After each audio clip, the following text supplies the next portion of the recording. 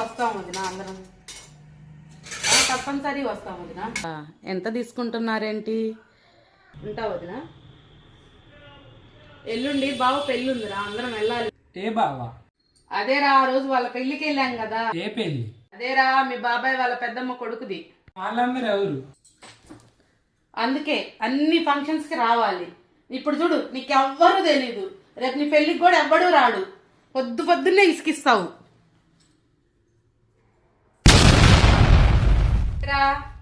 మా పెద్దమ్మ. మీ పెద్దమ్మ ఎందుకు వచ్చింది మా మధ్యలో?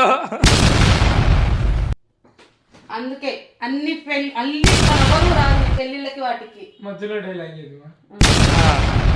డైలాగ్ ఏంటిది నీది? బెట్రా. ఓకే అదేరా.